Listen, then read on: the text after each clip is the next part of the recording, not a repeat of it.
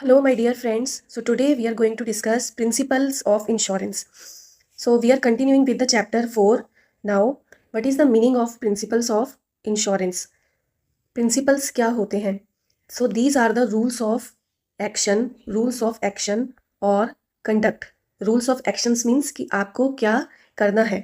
Adopted by the stakeholders. Stakeholders means the parties involved in the insurance agreement or contract. These are the rules of action means what you have to do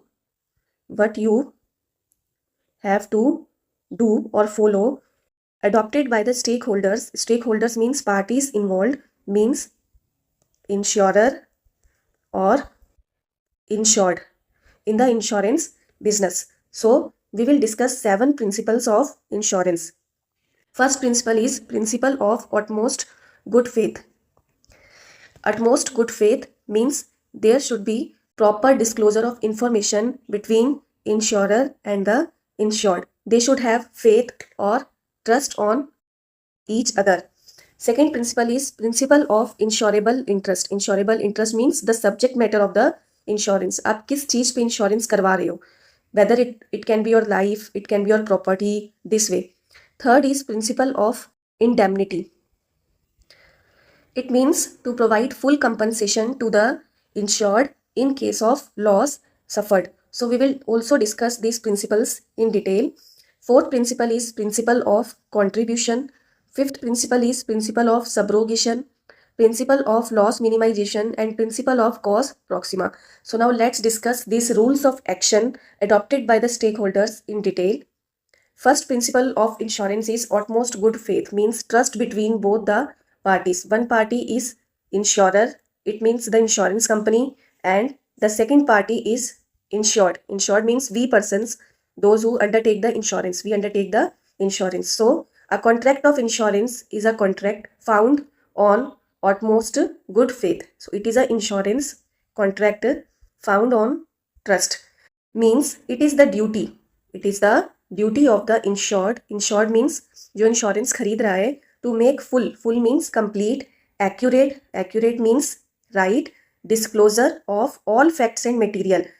आपको अपने subject matter से जुड़े हुए, जिस पे आप insurance खरीद रहे हो उससे जुड़े हुए सारे फैक्ट्स, सारी बातें आपको बतानी है इंश्योरर को. इंश्योरेंस कौन होता है? Insurance company. And the insurer, जो इंश्योरेंस कंपनी है, that to also to make clear all the terms and conditions. जितनी भी टर्म्स एंड कंडीशंस है आपकी इंश्योरेंस पॉलिसी में, उनका भी ये ड्यूटी बनती है कि वो भी आपको इन रिटर्न सारी डिटेल्स समझाएं अच्छे से. Failure to make disclosure of the material facts by the insured. अगर आप कोई भी मटेरियल फैक्ट उन्हें नहीं इन्फॉर्म करते हो टाइम पे, सो आपका जो इंश्योरेंस एग्रीमेंट है वो वॉइडेबल माना जाएगा और किसी भी समय आपका जो इंश्योरेंस एग्रीमेंट है वो नकार सकती है इंश्योरेंस कंपनी. मीन्स आपको लॉस हुआ है लेकिन आपने कोई डिटेल्स है जो पहले नहीं गिवन करी थी, तो अगर उस डिटेल की वजह से आपको कोई लॉस हुआ है, उस पर्टिकुलर फैक्ट की वजह से जो आपने डिस्क्लोज नहीं किया था और इंश्योरेंस कंपनी को पता लगता है, तो इंश्योरेंस कंपनी अपने डिस्क्रिशन पे, मीन्स अपने मर्जी से जो आपका इंश्योरेंस एग्रीमेंट है उसे वॉइड कर सकती है. Void means of no effect. आपका इंश्योरेंस वो नहीं मानेगी कि आपने करवा रखा था, बिकॉज ये जो एग्रीमेंट है ये प्रॉपर ट्रस्ट पे डिपेंड है. So this is the first principle, utmost good faith. Insurer and the insured. Insurer and the insured should know all the facts and details related to the insurance agreement. Second principle is insurable interest. Insurable interest means subject matter on which you are buying the insurance. So we can also say it means financial interest, or your financial interest on which you buy the interest, or the subject matter on that. अगर इस subject matter पे कोई हानि होती है, कोई loss होता है, that you should suffer financially. You should suffer financially or in monetary terms. So this is the basis of the insurance, insurable interest. The insured must have an insurable interest in the subject matter of insurance. Means जिस पे आप insurance ले रहे हो, means जैसे कि आप insurance ले रहे हो तो आप अपने ही तो घर पे इंश्योरेंस लोगे, तो आपका एक फिनेंशियल जुड़ा हुआ है, आपने इतनी मेहनत से अपना घर बनाया है तो आप उस पर अपना इंश्योरेंस ले रहे हो. आपकी कोई फैक्ट्री है, आपने एक बिजनेस खड़ा किया है, तो आप अपनी फैक्ट्री बिल्डिंग पे इंश्योरेंस ले रहे हो कि उस पर आग ना लग जाए. आप अपनी लाइफ पे इंश्योरेंस ले रहे हो या अपनी वाइफ पे, चिल्ड्रन पे, क्योंकि उनमें आपका इंटरेस्ट है. Means insured should suffer financially on the happening of the event against which he or she is insured. it is not necessary that one should be the owner of the property. So this point we'll also discuss, but that this will discuss in detail in fire insurance. So this is the insurable interest. Third is indemnity. Indemnity means to put the insured in the event of loss. किसी loss होने की वजह से insured को same position में लाया जाए, that he she occupied just before the happening of an event. जो कंडीशन उसके लॉस होने से पहले थी, बाद में भी उसको सेम कंडीशन में लाया जाए. मीन्स उसका जितना भी लॉस हुआ है उसको पूरा कंपनसेट किया जाए इंश्योरेंस कंपनी के द्वारा. और to provide full compensation to put the insured in the same position. For example, in case of fire और money insurance are the contract of indemnity. इसमें आपको पूरा फुल कंपनसेशन मिल जाता है. Only depreciation insurance company minus करती है. Means आपने जितना यूज़ कर लिया था उस असेट को. The compensation payable and the loss suffered are to be measured in terms of money. Means in terms of money में आपको कंपनसेशन मिलता है. जैसे कि आप प्रीमियम्स पे करते हो इंश्योरेंस एग्रीमेंट में, तो आपको इन रिटर्न मनी में ही कंपनसेशन मिलता है, आपको उस लॉस का पैसा मिलता है. Whereas the life insurance is not a contract of indemnity. So इस पर भी मैंने एक अलग से वीडियो आपके लिए बना रखी है. Life insurance is not a contract of indemnity because life can not be compensated. Human life is very precious. It can not be compensated. But एक मॉनेटरी टर्म फिर भी प्रोवाइड किया जाता है. फॉर एग्जाम्पल, अगर घर के इनकम अर्नर को कुछ हो जाता है, सपोज फादर को कुछ हो जाता है, तो उनके बाद उसकी वाइफ को कंपनसेट किया जाता है एक पॉलिसी अमाउंट देके. So third principal of insurance is contribution. Principle of contribution ये डबल इंश्योरेंस के केस में ज़्यादातर होता है. फॉर एग्जाम्पल, अगर किसी पर्सन ने एक ही सब्जेक्ट मैटर पे 2 इंश्योरेंस ले रखे हैं, it means if any property is double insured having more than one insurance, then both insurance companies will contribute to the loss. जो दोनों इंश्योरेंस कंपनीज हैं वो बांट के कंपनसेशन पूरा करेंगी. और अगर एक से ही पूरा कंपनसेशन मिल गया, इतना लॉस हुआ ही नहीं है, तो बी को कोई प्रोवाइड करने की जरूरत नहीं है अभी. And also if all the amount of loss is recovered from one insurer, he can not ask, means we जिन्होंने इंश्योरेंस करा रखा है, we can not ask for payment to the other insurance company. The right to obtain further payment from the other insurance will cease. हमें फिर कोई अधिकार नहीं है कि हम दूसरे इंश्योरेंस कंपनी से भी कंपनसेट ले लें, क्योंकि इंश्योरेंस कंपनी प्रॉफिट कमाने के लिए नहीं बनी हुई है. They are only there for our good, to make our loss good. Fifth principle of insurance is proximate cause. Proximate cause means the ultimate cause. जो आपका लॉस हुआ है वो हुआ किसकी वजह से है, और these are the conditions which are mentioned in the policy.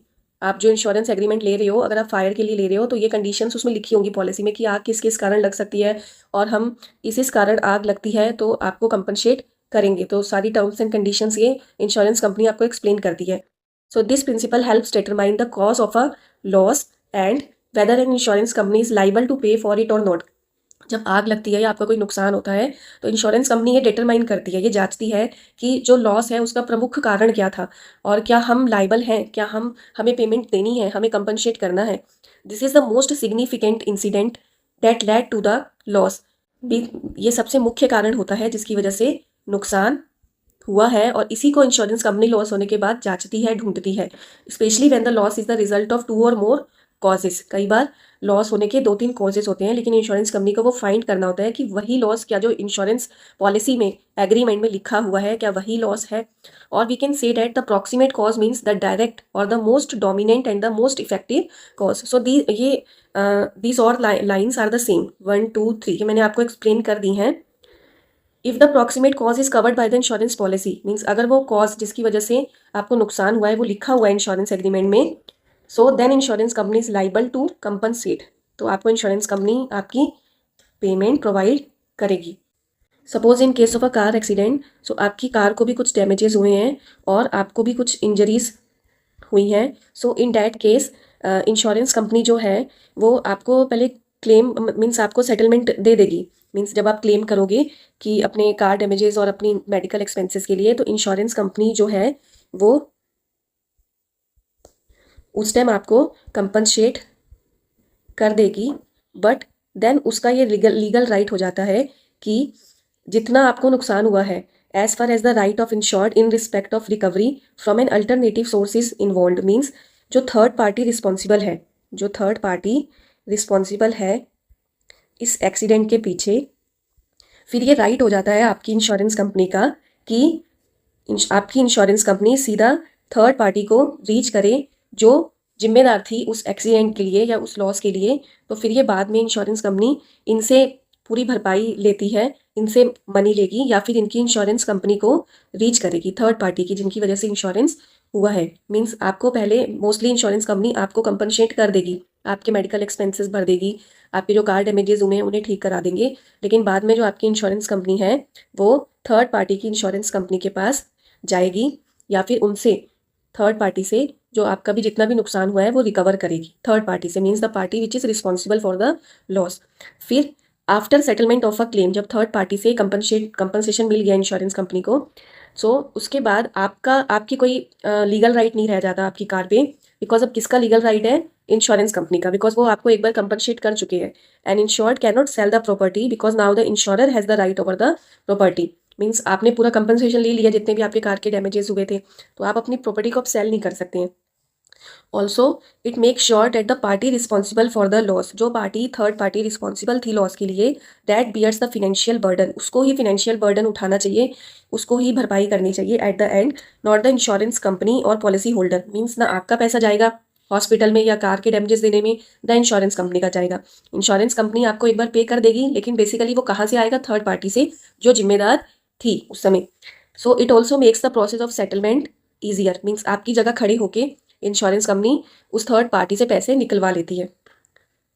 Now seventh is mitigation. So this is the most important principle of insurance, means it is the duty of the insured, means ये हमारी ड्यूटी है to take reasonable steps. Reasonable means उचित समय पे हम उचित steps लें टू रिड्यूस द लॉस, अपना लॉस और डैमेज कम करने के लिए प्रॉपर्टी पे।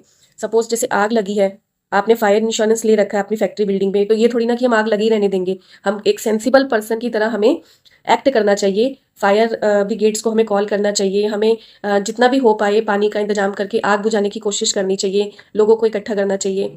सो in short should act as a sensible person, हमें एक सेंसिबल पर्सन और बिहेव विद ग्रेट प्रूडेंस, पूरा हमें अपना माइंड को उस समय यूज़ करना चाहिए and should not be careless just because of the insurance cover.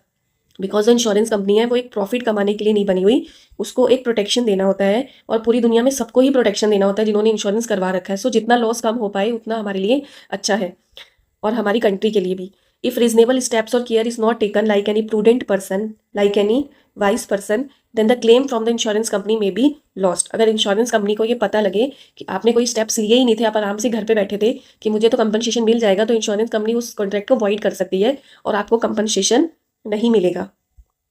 Because वो प्रॉफिट कमाने के लिए, आप उनके लिए प्रॉफिट कमाने के लिए वो नहीं बैठे हैं, वो आपको एक प्रोटेक्शन देने के लिए बैठे हैं, तो आपको भी आगे से एक्ट करना चाहिए। So these are the principles of insurance. First principle is there should be trust between both the parties, between insurer and the insured.